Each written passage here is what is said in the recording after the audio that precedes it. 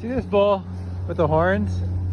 If you look closely at his front feet, he's got bald spots where they don't grow any hair.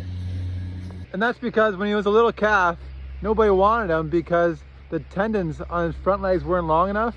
So he was basically walking and standing. Well, he wasn't walking much because his tendons were too short, but he was knuckling over. So this is what I mean by knuckling over. Normally when a calf or a cow stands, all the joints will line up and that leg can hold a whole lot of weight, and the calves can walk without too much effort.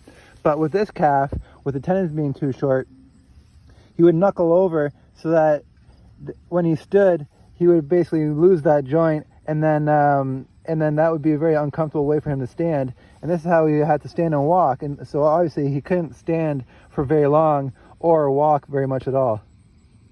He wasn't very mobile, he couldn't move very well, nobody wanted him.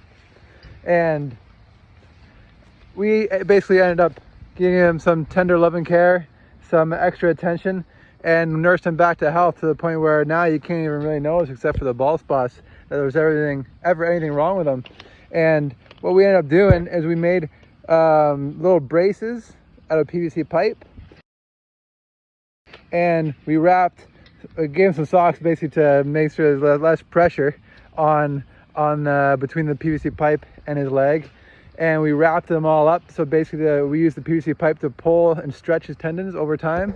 And eventually we got him stretched to the point where he can walk normal again. But that pressure from the PVC pipe, despite the sock and stuff being in there, rubbed all the hair. And I guess it was worth it because you can't tell the difference now.